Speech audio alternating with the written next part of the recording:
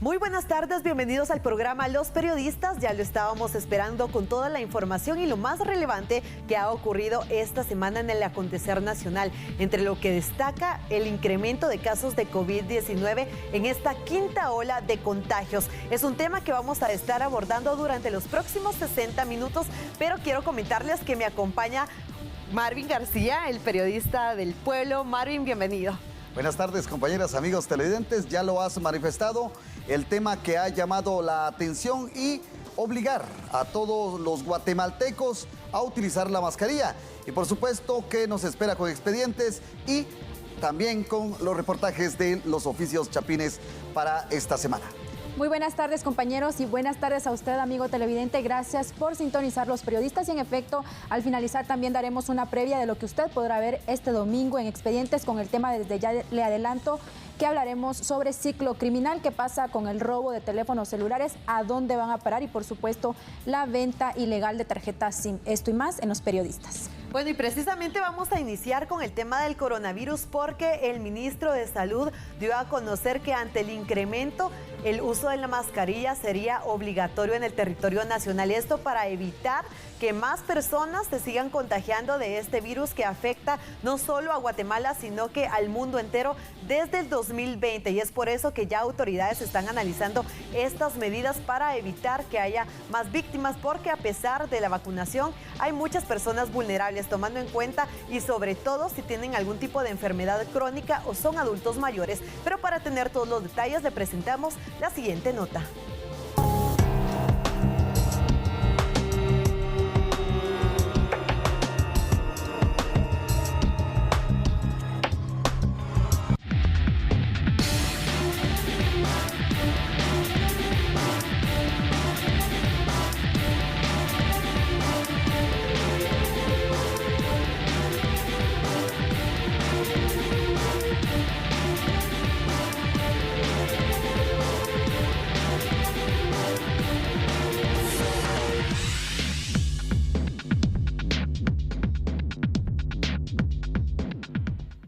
El pasado 27 de abril, autoridades del Ministerio de Salud Pública y Asistencia Social anunciaron que el uso de la mascarilla ya no sería obligatorio en los espacios abiertos en los municipios en color naranja y amarillo. Casi 3 meses después, dan marcha atrás. Este jueves, en conferencia de prensa, el ministro de Salud dio a conocer que nuevamente el uso de la mascarilla será obligatorio a nivel nacional, sin importar el color en el que se encuentre el municipio en el semáforo de alertas. Hemos tomado la decisión de hacer una modificación al acuerdo ministerial en donde están establecidas las medidas con el objeto de implementar el uso de la mascarilla obligatoria prácticamente en ambientes abiertos y ambientes cerrados a partir del día que se publique este acuerdo ministerial.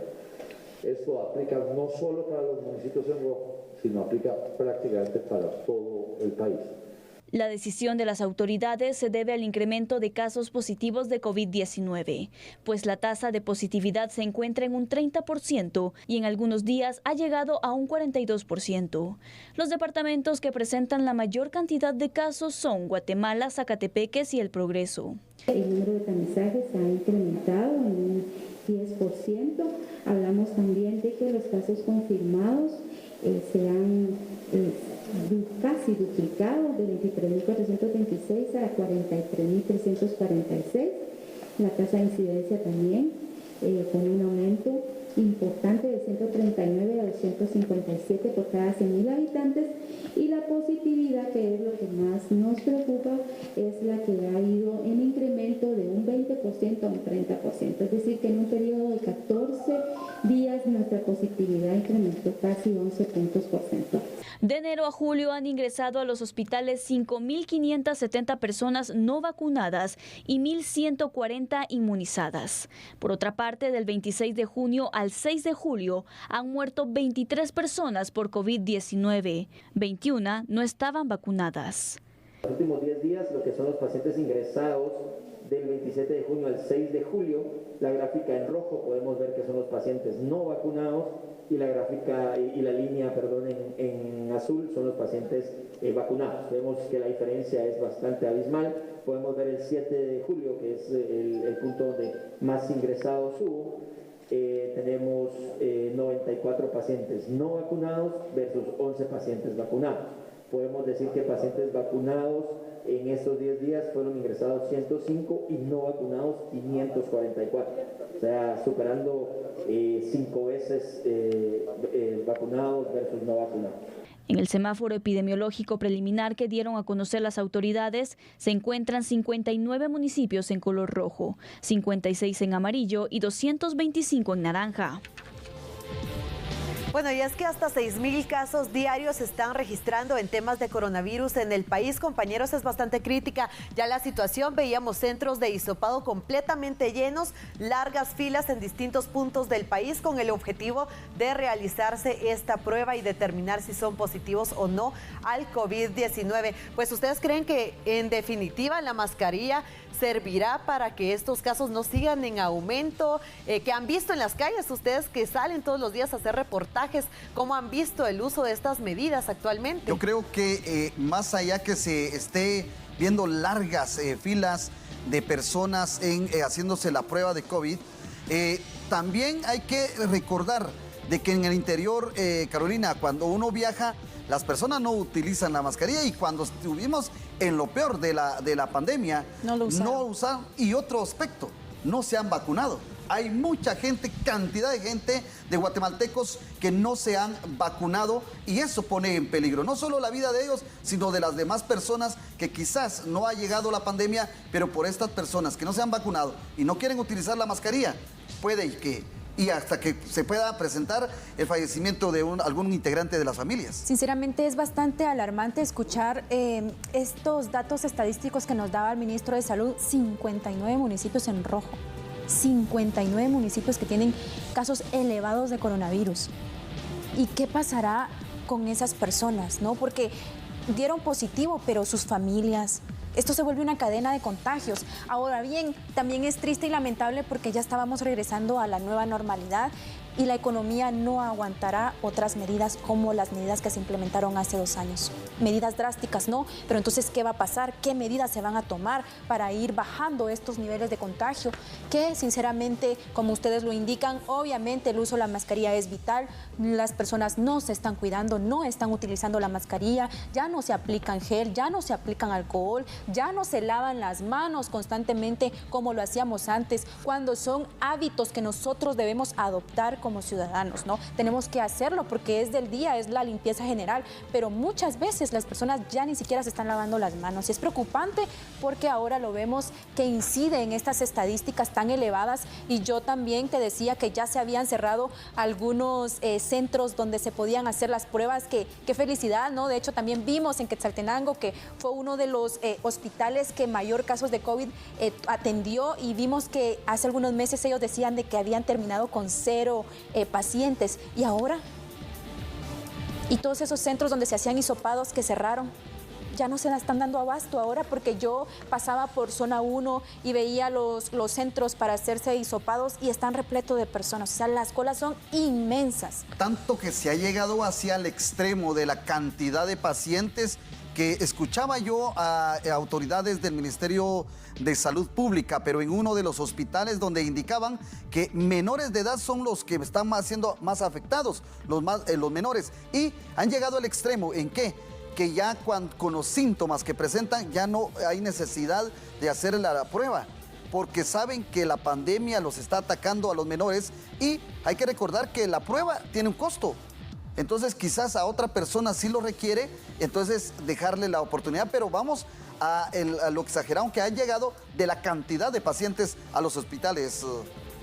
Sí, efectivamente hay que tomar en cuenta que en el caso de los niños que son menores de 12 años, actualmente no se ha registrado ningún tipo de vacunación en el territorio nacional. Sí. Y eso quiere decir que el virus pues golpea más fuerte su organismo, y es acá en donde en ocasiones a los hospitales llegan incluso estos pequeños a ser internados. Recordemos las secuelas, porque a pesar de que algunos niños pues no presenten síntomas muy fuertes, hay un síndrome que les causa un daño bastante grave en el corazón, por ejemplo, y en otros órganos de su cuerpo ya con el paso de los meses o de las semanas después de haber dado positivo a COVID-19. Entonces es importante que también los niños pues traten de ser cuidados por parte de sus padres y en este sentido continuar con el uso de la mascarilla, el lavado de manos, como bien lo decíamos, estas medidas que tanto se han relajado durante las últimas semanas y que ya estamos viendo las secuelas de lo mismo. Ahora bien, ¿ustedes qué opinan sobre el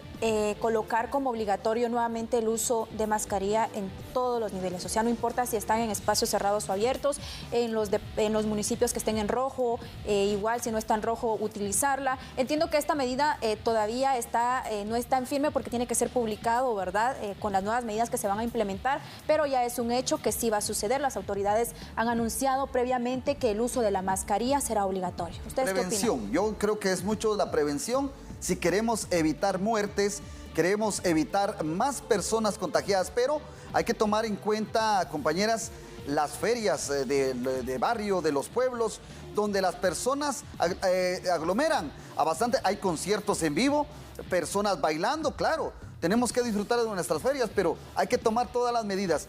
Cuando ya se pasan un poquito de copas, nadie tiene mascarilla. Lo que usted menciona es muy importante porque de hecho se anunció que después de 2 años de no realizarse o festejarse la Feria del Cerrito va a regresar este año. Claro, y esto va a afectar. Imagínense cuántas personas visitan la Feria del Cerrito, que ya es parte de la tradición guatemalteca. ¿Cuántas personas van a llegar? Sí, bueno, y creo que hablando de este tema es importante que conozcamos las cifras de las últimas horas, una actualización que tienen autoridades del Ministerio de Salud para que usted conozca la positividad que actualmente se está registrando en el territorio nacional en torno a los casos de COVID-19.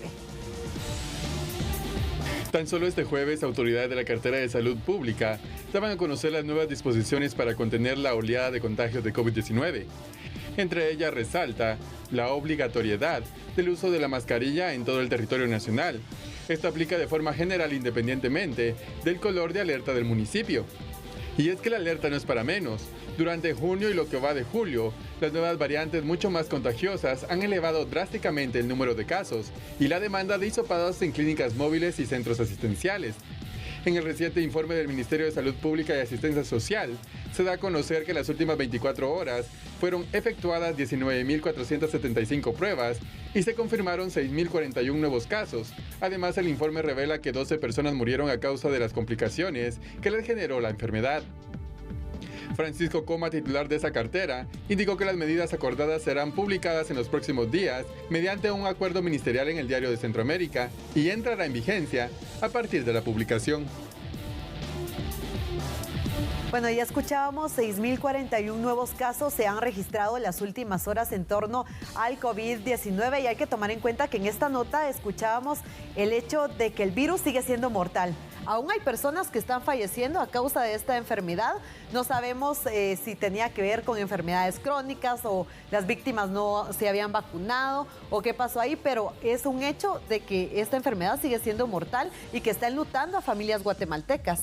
Yo siempre he insistido de que, obviamente, las autoridades son los obligados de prestar la salud gratuita, pero si yo no me cuido, ¿por qué voy a exigir bastante a las autoridades? ¿Por qué lo estoy mencionando, compañeros? Y es de que personas están muriendo por esta pandemia, pero si yo no estoy vacunado, entonces no estoy haciendo caso a las autoridades de vacunarme y posteriormente, después los familiares dicen, es porque no llegó la vacunación. Si se han dado jornadas que van de casa en casa, pero la gente se opone. Vamos a decir, en el occidente del país, algunos municipios, departamentos del occidente del país, no han querido y han sacado a patadas a las pobres personas de salud pública quienes quieren cumplir con esta jornada. Si no quieren, especialmente se ha dado a conocer que en aquellos departamentos como de las Verapaces, ¿verdad?, donde ellos tienen una cultura muy diferente, no han dejado que llegue todo el personal del área de salud y de hecho en alguna ocasión se recuerdan ustedes que hasta la población se organizó y ellos retiraron las dosis de vacunas, no se las querían dar al personal de salud porque no querían vacunarse, ¿no? Y así hemos visto en varios departamentos y lo preocupante es que, como dice Marvin, nosotros que viajamos mucho al interior de la República nos hemos dado cuenta que durante toda la pandemia no se utilizó la mascarilla. Entonces ahí es donde vemos este repunte, ¿no? Porque no se están cuidando las personas. Ahora bien, ¿qué complicaciones trae para el país el hecho de que no bajen? Se ha mantenido en 4.000 diarios, ¿no? Sí. 4.000 diarios, 4.000 personas resultan positivos al día durante esta última semana. Hoy tuvimos 6.000 nuevos casos positivos. Ahora bien, ¿cómo afecta al país? La economía, compañeros. Los hospitales que ya se están saturando nuevamente de pacientes con COVID, definitivamente van a tener que suspender las emergencias otra vez. Aquellos pacientes que han esperado durante meses la atención porque son pacientes crónicos, porque necesitaban una cirugía, ¿qué va a pasar con ellos? Porque como ahora le van a dar prioridad a los casos de COVID. Y es algo muy importante y me pasó porque, por ejemplo, necesitábamos una operación nosotros el año pasado con un familiar y no se dio porque le estaban dando prioridad al COVID. ¿Y qué pasa entonces con esas personas que necesitan una cirugía, que esperaron muchos meses, que ahora van a tener que esperar porque ya hay un repunte de casos positivos? Porque los hospitales también, después de esta crisis, ellos se van a ver en crisis porque ya hay muchos pacientes. De hecho, entiendo que el ICS también ya suspendió las visitas. Me imagino que los hospitales van a suspender las emergencias también y otras citas que ya habían programado. Prácticamente las consultas externas en lo más fuerte de la pandemia estuvieron cerradas.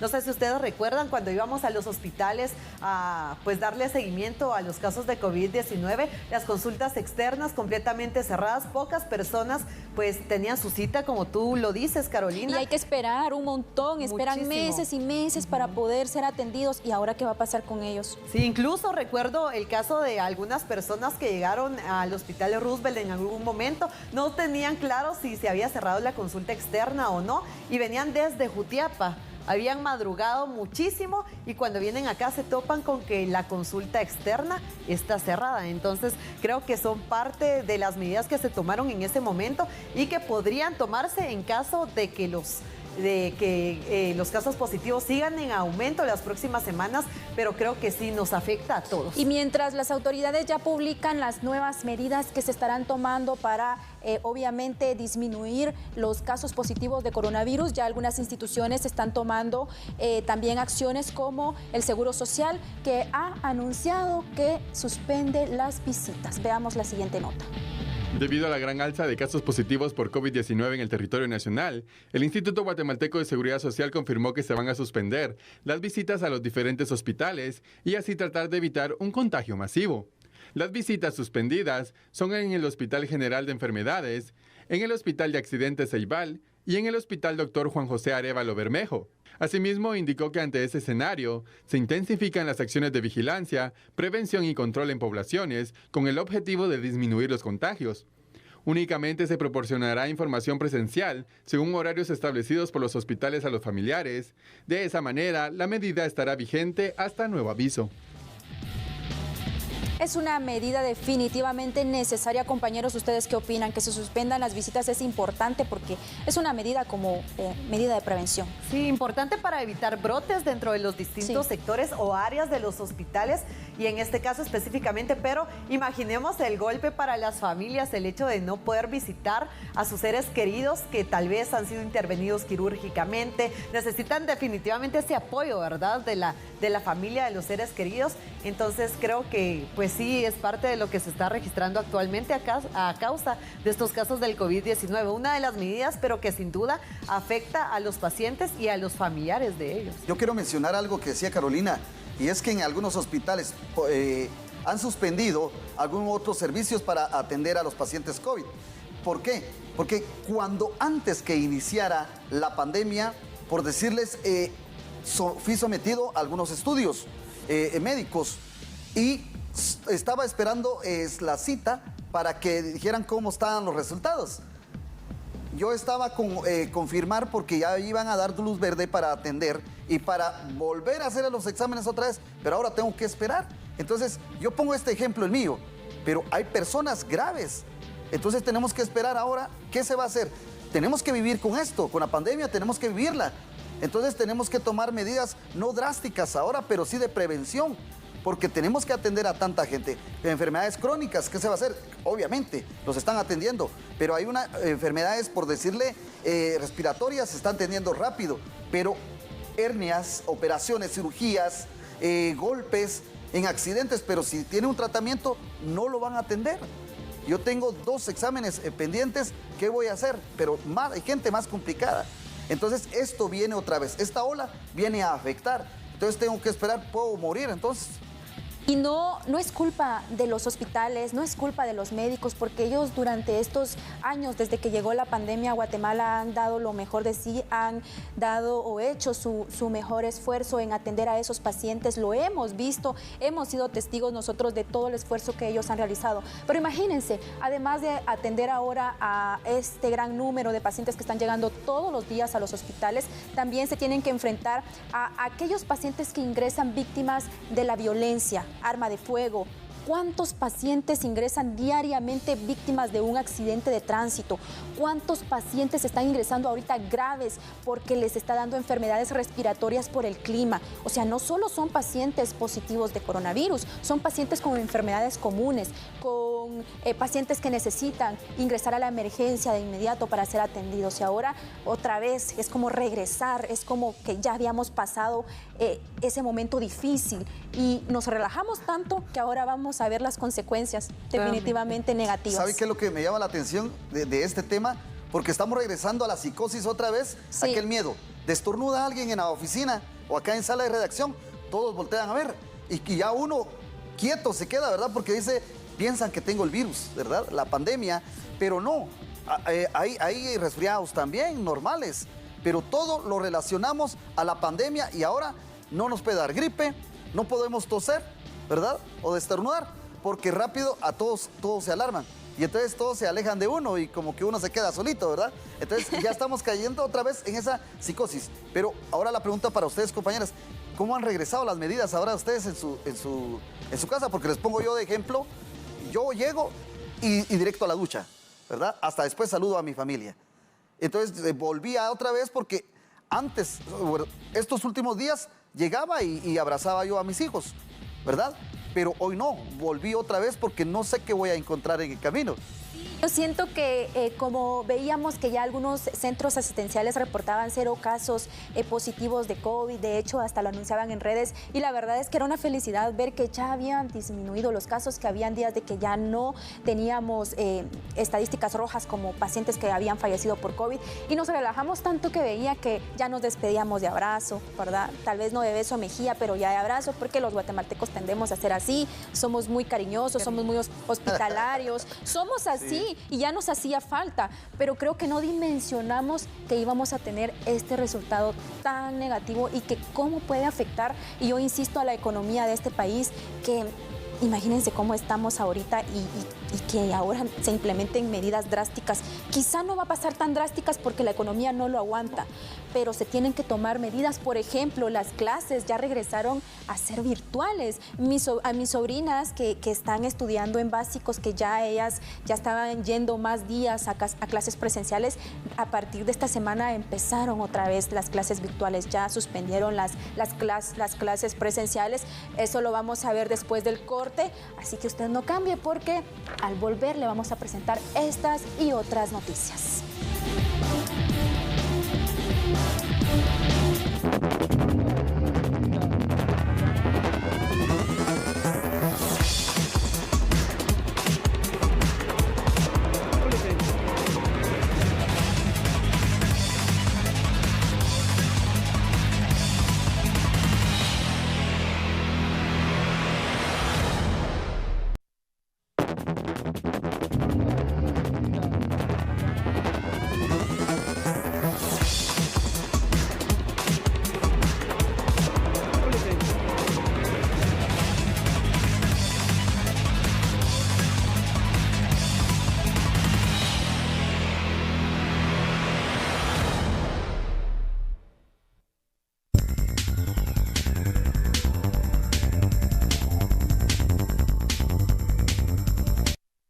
y es que nos encontramos en el interior de la Escuela Pedro de Betancourt, ubicada en la zona 3 capitalina, y es que recordemos que ya el descanso o vacaciones de medio año concluyeron y precisamente hoy estamos observando de que se están llevando a cabo clases presenciales. Con nosotros se encuentra la directora Lilian Villatoro. Directora, coméntenos cómo están trabajando luego de las vacaciones. Vemos de que siguen respetando el distanciamiento.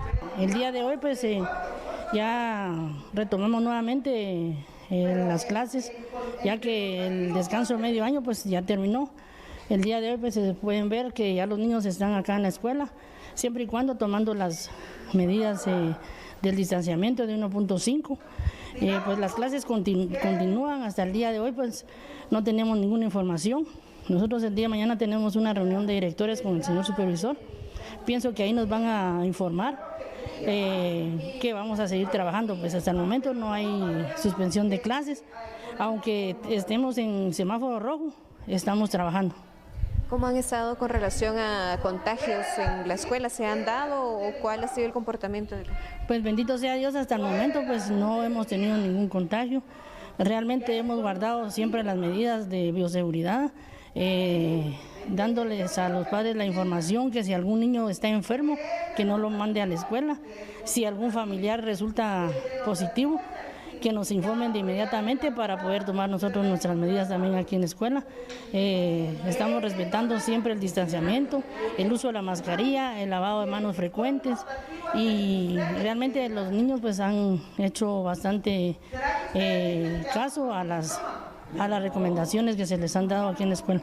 Sabemos de que todos los maestros tienen que estar de forma presencial de manera obligatoria, pero ¿qué pasa con los niños? ¿Ellos pueden todavía elegir estar a distancia o ya tienen que llegar a las aulas? Pues yo pienso que ahorita pues con esta nueva disposición, es una circular que nos han enviado, la 73-2022, ahí también según los acuerdos que con esos acuerdos que hemos trabajado, pues realmente el maestro pues ya está en toda la obligación de estar con todos los niños, siempre y cuando que la clase sea amplia para deber de estar con los niños pues, y tomando en cuenta las medidas de 1.5. Ya los maestros pues es obligatorio que todos están en las escuelas pues. ¿Los estudiantes?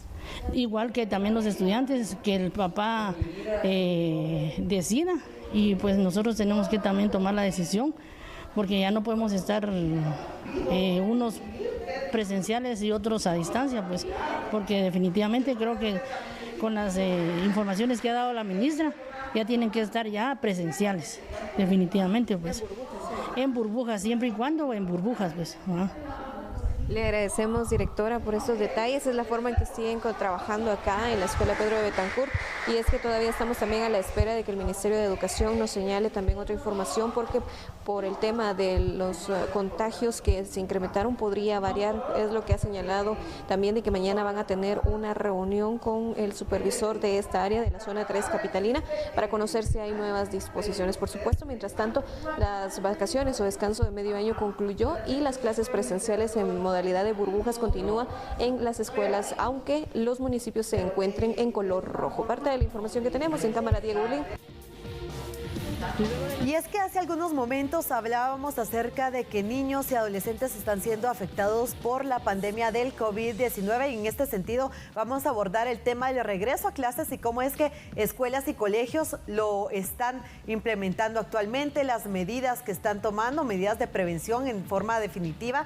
Y Marvin, usted que es padre de familia, cuéntenos acerca de su perspectiva en este sentido, el tema del regreso a clases que se ha registrado desde este año en distintos colegios o establecimientos educativos a nivel nacional.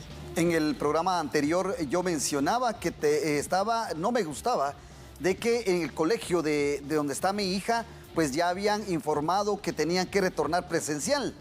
Y yo era uno de los que me oponía porque sabía cómo iba el índice ya para arriba, la cifra, las estadísticas de los casos.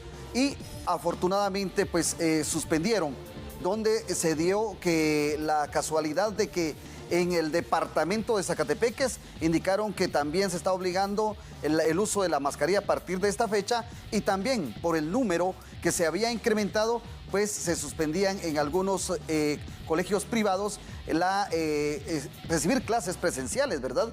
continúan virtual, pero yo sí soy una de las personas que me opongo, un padre de familia que me opongo que regresen, porque, insisto, de que en mi casa se están tomando todas las medidas. No, afortunadamente no ha llegado la pandemia con nosotros, y para que venga por otro alumno que esté ahí dentro del aula con mi hija y que la llegue a contagiar. ¿Sabe qué es lo que pasa, Marvin? Que al final son niños y ellos no pueden discernir en estos momentos el peligro, porque son niños. Son niños que no entienden el peligro como tal, que si bien llevamos más de 2 años con el tema de la pandemia, a ellos les fue difícil porque han estado encerrados y porque no saben en realidad el tema de la pandemia o tan fuerte o no llegan a la conclusión de lo que puede pasar. Por eso ellos juegan juntos, se saludan, se reúnen. ¿Y dónde está el control? O sea, por más que los maestros quieran controlarlos, va a ser difícil. Entonces, ahí también fue donde se deriva el incremento en casos de niños. Además, que hay muchos niños, por ejemplo, los que están en parvulitos, ellos no están vacunados. Muchos niños no están vacunados, hablemos de ellos, y otros niños que ya tienen edad mayor, por ejemplo 12, 14 años, hay muchos que no se vacunaron, y si hablamos del interior del país donde los padres de familia no se vacunaron, imagínense, tampoco van a vacunar a los niños. Entonces este sí es un verdadero problema. Las acciones que se están tomando desde ya en el Ministerio de Salud me parece que son muy acertadas para poder disminuir los casos positivos de coronavirus. Y hay que tomar en cuenta que ya durante las próximas semanas también pues se va a analizar en estos establecimientos educativos cuáles son las medidas que se van a estar tomando en caso de que los casos positivos de COVID-19 sigan al alza. A partir de las vacaciones de medio año, pues también hay que tomar en cuenta que muchos niños salieron con sus familias de paseo a distintos sitios del país, y acá pues no se garantiza el tema de la seguridad o de la prevención, y luego vuelven a clase, y es acá en donde también pues puede esto ser un riesgo para los demás compañeritos. Sin duda la vigilancia también de los catedráticos o de asignar a un especialista para monitorear la salud de los menores que no tengan síntomas o algo similar es fundamental. Sin embargo, no se garantiza que esto se cumpla en todos los establecimientos. Y es que otro de los factores que yo he observado, compañeras, es de que el recibir virtual las clases ha afectado mucho el estrés a los niños, en caso de mi hijo, porque se pusieron obesos, comieron mucho. Sí. ¿Verdad? No hacen ejercicio, como lo que mencionabas, hay recreo, todos a jugar, pero ahí se levantan de la cama corriendo, se sientan frente a la computadora, comen, y cuando en un descuido van a la cocina a ver qué hay, y siguen comiendo y comiendo durante las clases, ¿verdad? Eso es para aquellos alumnos que afortunadamente tienen la oportunidad de contar con una computadora, un teléfono móvil con buena tecnología, y que tuvieron la oportunidad de seguir clases presenciales. Pero aquellos niños que no tienen ni siquiera o que los padres de familia no tienen ni siquiera para comprarles un zapato, que nunca recibieron clases virtuales, que hay que tomar en cuenta también que muchos maestros, me pasó recientemente con un reportaje que fui a grabar a una comunidad de Sanarate, donde los padres de familia decían que alumnos de 12 años de edad no sabían leer ni escribir. 12 años, porque los maestros nunca llegaron durante la pandemia a dejarles sus tareas, a dejarles sus fichas, a darles por lo menos, a visitarlos por lo menos en casa. No lo hicieron. Aquellos niños que ni siquiera tuvieron esa oportunidad, ¿cómo está su educación? Imagínense cuando lleguen a los básicos, cuando lleguen a la universidad, si tienen la oportunidad. ¿Qué va a pasar con ellos si ahorita que están en la primaria no les están enseñando o no les está dando educación de calidad? Imagínense. ¿Saben qué es lo que he notado también en estos momentos? Es que como están regresando de forma virtual algunos establecimientos, es de que en restaurantes, si se dan cuenta, llegan por la necesidad del internet. Sí. Y ¿sabe qué es lo que yo hago el llamado a guatemaltecos? Yo sé que los chapines son de buen corazón. Yo vi un ejemplo con una de mis hermanas. Yo tuve la oportunidad de descansar un día por emergencia, por enfermedad, y fui a visitar a mi hermana. Y cuando vi, habían varias personas ahí, varios jóvenes. Y yo me le quedaba viendo por qué. Y que sí, afortunadamente, pues mi hermana tomó la iniciativa de que sabía que vecinitos no tienen la oportunidad de tener el internet, pero tal vez sí un aparato móvil, pues regaló, ¿verdad? El sistema el internet. Y creo de que es una buena iniciativa que podemos ayudar también a otro, al prójimo, ayudarlo de esa forma y no ver cuadros e historias que hemos visto en la calle, porque sabemos que podemos robar internet, nos vamos a sentar hasta en la calle, claro. Y hemos observado hasta niños hacer física. Y ahí haciendo en un restaurante. ¿Por qué? Porque está aprovechando el internet. Y porque hablamos también de estos casos que para nosotros es importante, porque estas son solo dos aristas. Bueno, el tema que usted decía, que los niños también se están enfermando de otras cosas como por ejemplo obesidad, y el tema de una educación de calidad, lo abordamos porque son dos aristas importantes que también se vieron afectados con el alza de casos de coronavirus. Bueno, y ahora vamos a cambiar de tema porque tomando en cuenta la situación, seguramente hay muchas personas que han decidido resguardarse en casa y pues lamentablemente no pueden visitar distintos sitios turísticos, pero en este caso Fernando, el mochilero, se dirigió a un sitio turístico del territorio nacional para trasladarle esas imágenes y hacerlo vivir esa sensación del lugar en el que él se encuentra. Así que vamos a ver el siguiente reportaje.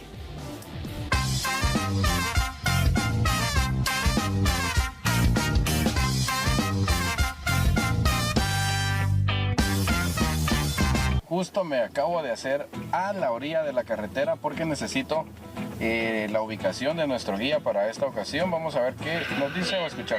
No, usted tiene que ingresar todavía a 8 kilómetros aproximadamente para la segunda gasolinera que le digo. Y aquí estoy yo ya esperando.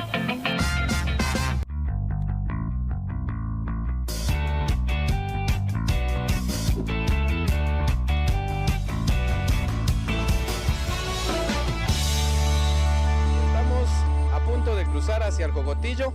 Cuando vengan por este sector van a encontrar un rótulo hacia Jutiapa, Barberena, y justo al lado derecho está el cruce para el Jocotillo. Y es momento para empezar la aventura de esta ocasión.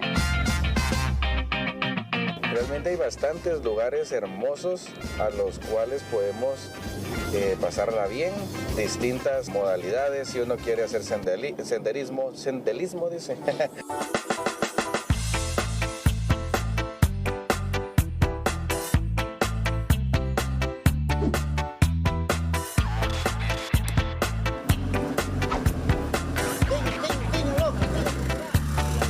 Son de tierra blanca y la gente la aprovecha para poder sembrar piña.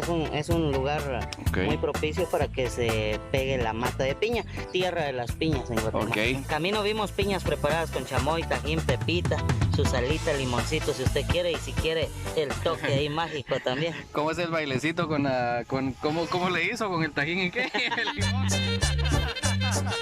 Ok, vamos a disfrutar.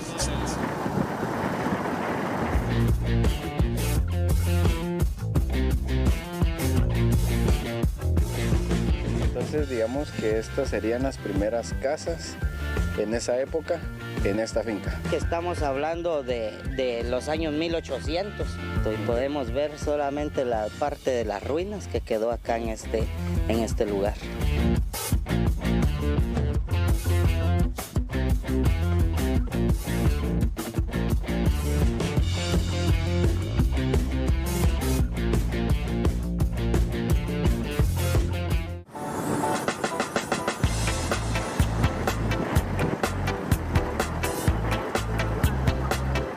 Bienvenidos a Finca Guatibia. ¿Todo bien? Y a Canales, ¿todo bien? Ya íbamos a hacer la grabación, a ver qué tal. Ya entramos al nacimiento de Agua Tibia. Bueno, no precisamente entramos al Agua Tibia, sino que ya llegamos a la finca de donde está el Agua Tibia.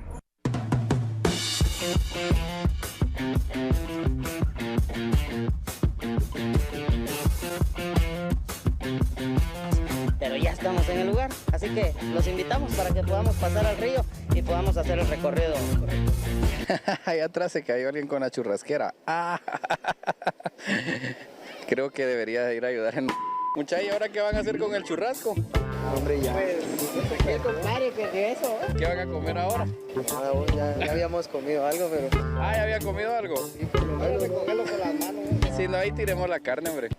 cosas de hombre. Bueno, los pobladores de este sector ya lo habían descubierto hace muchos años. Estamos precisamente en una cadena volcánica y parte de esa agua, ese nacimiento sale calientita. Ya para los años 1900 bajábamos por una calle de un beneficio que había cercano. Hace unos 4 o 5 años atrás decide empezar a meter maquinaria, a preparar el terreno para que pueda venirse la gente y pueda venirse a pasar súper bien. Ok, ¿qué tal? Ya yo pensé que nos traían algo ahí, pero no nos traían. Para nosotros. No era para nosotros. Llegó la parte en la que vamos a ir a conocer el río, vamos a sentir el agua, vamos a ver los nacimientos, así que se tiene que quitar todo, Fernando. Se tiene que quitar los zapatos y nos vamos a meter.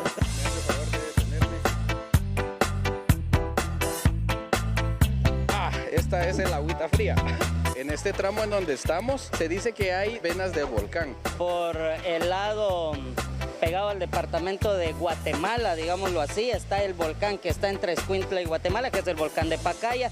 Ya prácticamente cruzamos los límites con Santa Rosa y ahí está uno de los volcanes que ha estado inactivo, que es el Tecuamburro. Entonces probablemente no lo mire así. Probablemente alguno de ellos. Él se rió porque... es que usted lo vio feo. Me ofendiste, Shrek. Me ofendiste el regacho. Bueno, entonces sigamos caminando, Ángel, y lo seguimos. Se le fue el zapato.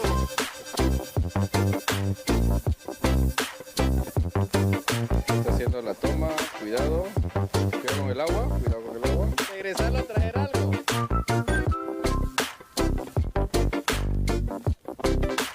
¿Por qué me huye? ¿No huya? Muy bonito lugar. ¿Primera vez que viene? Segunda vez. Ajá. No se mira sucio el agua ni nada. Te recomiendo el lugar, está muy bonito, súper cómodo. Angelín, saque pecho, vamos a entrevistar. Creo que es uno de los pocos ríos que todavía quedan cristalinos en la ciudad de Guatemala. Nosotros muy agradecidos con la naturaleza de tener un lugar como este. Y eso pues ahora es muy difícil encontrarlo y que tenemos que cuidar. Porque somos nosotros los seres humanos los que tenemos que tratar de cuidar todos esos ambientes naturales que nos quedan como este río.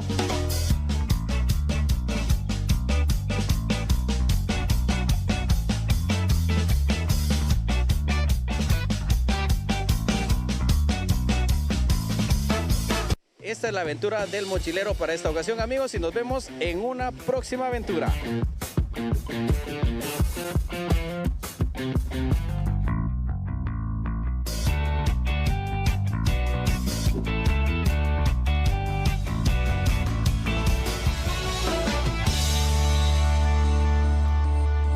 Bueno, y desde la finca Guatibia, Fernando el Mochilero nos trasladaba estas imágenes realmente maravillosas.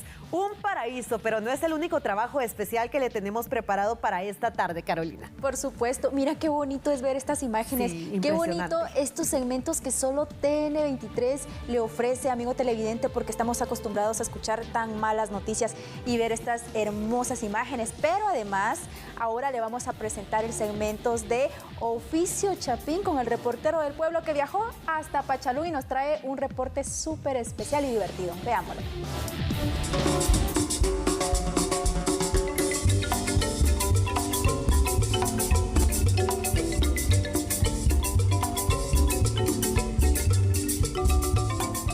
Bueno, y entonces de esta forma se inicia la base del canasto, ¿verdad? Ah, así es. Ah, bueno. ¿Y es el que está haciendo usted? ¿Es más grande o es...?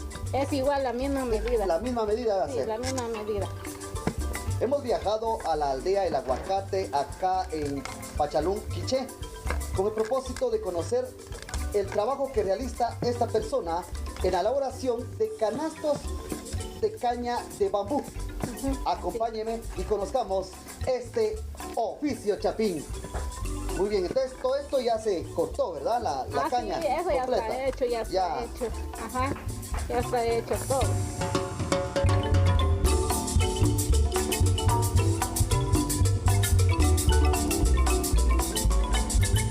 Doña Lucrecia, desde que tenía 12 años, aprendió a elaborar canastos de caña de Castilla y bambú, arte que aprendió de vecinos y sus padres. En la actualidad, trabaja sobre pedidos, es decir, de acuerdo al tamaño de canastos que le pidan. Este oficio chapín se elabora de forma artesanal. Primero, Buscan las cañas y la cáscara de los árboles que les permiten asegurar la base y las columnas de los canastos.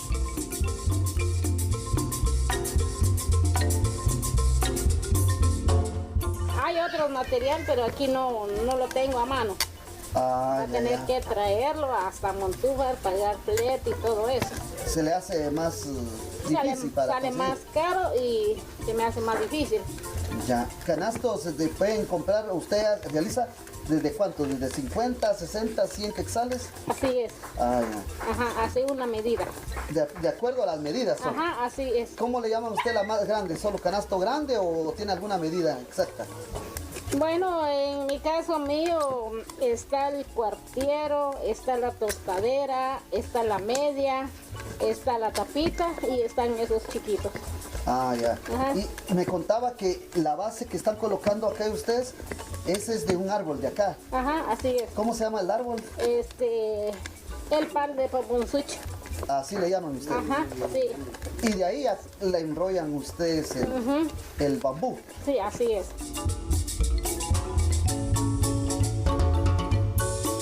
Artesanos aseguran que entre 1 a 2 horas utilizan de su tiempo para la fabricación de estos canastos, de acuerdo al tamaño, lo que ha provocado una baja en la elaboración de este producto. Es que las personas prefieren utilizar recipientes plásticos y han dejado de utilizar los canastos de caña de Castilla y bambú.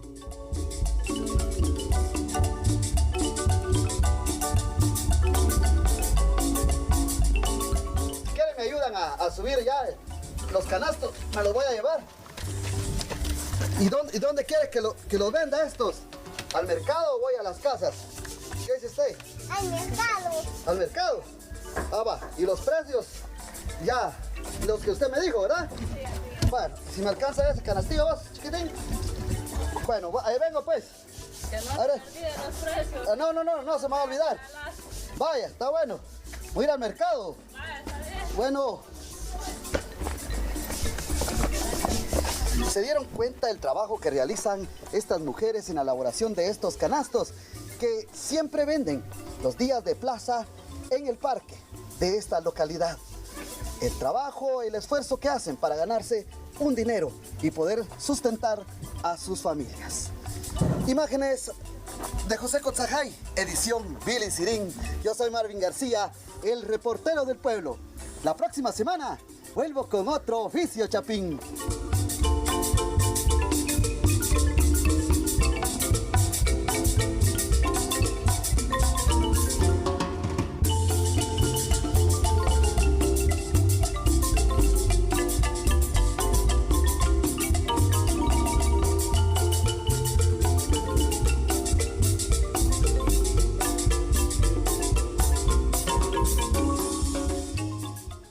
Definitivamente qué hermoso trabajo el que hizo Marvin García, el reportero del pueblo, y le digo que es un hermoso trabajo porque fue a entrevistar a personas de escasos recursos económicos, personas que apenas tienen para comer y que se esfuerzan muchísimo, guatemaltecos honrados que hacen hasta lo imposible con tal de ganarse la tortilla del día, Marvin. Claro, y es que el trabajo que lleva, todo el proceso, y a veces uno regatea. Exacto. Por el trabajo que hace, es un arte y muy barato los dan para todo lo que tienen que realizar. Y yo le agradezco mucho a las familias que me colaboraron, me apoyaron para llegar a esa comunidad, a la familia Estrada, a Cecia, así como a Solomón, y también Ariel, quienes me llevaron hasta ese lugar porque yo desconocía. Me hicieron los contactos y me llevaron cabal para poder tener las historias con estas personas. Marvin, rapidito, por favor, si nos puede dar la dirección exacta de aquellos guatemaltecos que quieran ayudar a estas familias que se dedican a realizar estas artesanías, quizá no regalándoles dinero, pero comprando sus productos que hoy ellos lo necesitan. ¿A dónde tienen que ir? El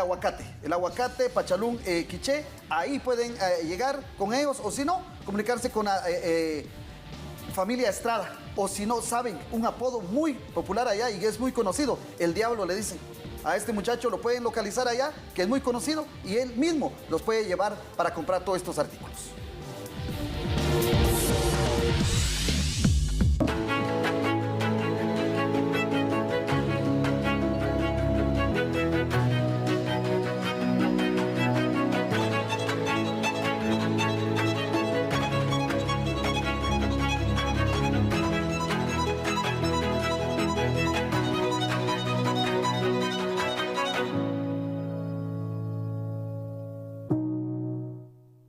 Dice que en Guatemala existe la ley de terminales de equipo móviles. Cualquier persona puede comprar una, dos o varias tarjetas SIM con el registro de identificación alterada.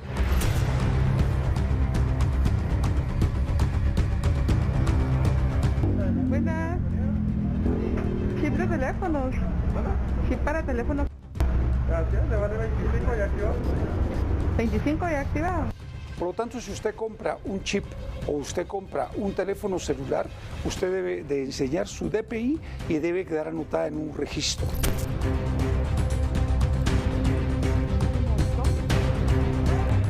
¿Me podría vender uno? Fíjate que no lo tengo. No. ¿Ese sería su número? Ay, le agradezco mucho, joven, oye. Bueno, muchas gracias. Ahorita solo lo insertamos y ya. Ya le caen los mensajes de activación. Ah, bueno, muchas gracias. Y muchas víctimas deben enfrentarse al robo de celulares. Que aquí te puedes quedar palmada vos y tu hija, ¿me? Entonces yo le entregué el teléfono y le entregué otras pertenencias.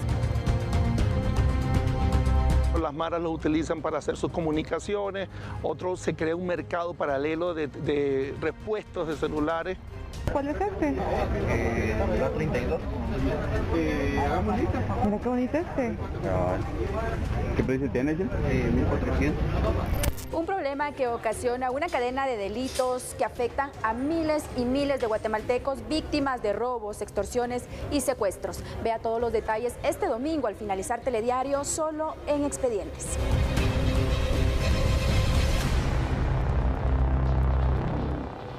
Ciclo Criminal es el programa que hemos preparado para este domingo, así que no se lo puede perder. Abordaremos el tema de los teléfonos celulares que son robados y son vendidos en el mercado negro, pero además cómo se está vendiendo libremente 1, 2, 3, 4, hasta 5 tarjetas sin prepago, sin pedir el respectivo documento de identificación. Hemos llegado al final del programa. Los periodistas, compañeros, gracias por estar hoy con nosotros. Y a usted, amigo televidente, muchísimas gracias por sintonizarnos y lo esperamos el próximo viernes. Que descanse, muy buenas tardes.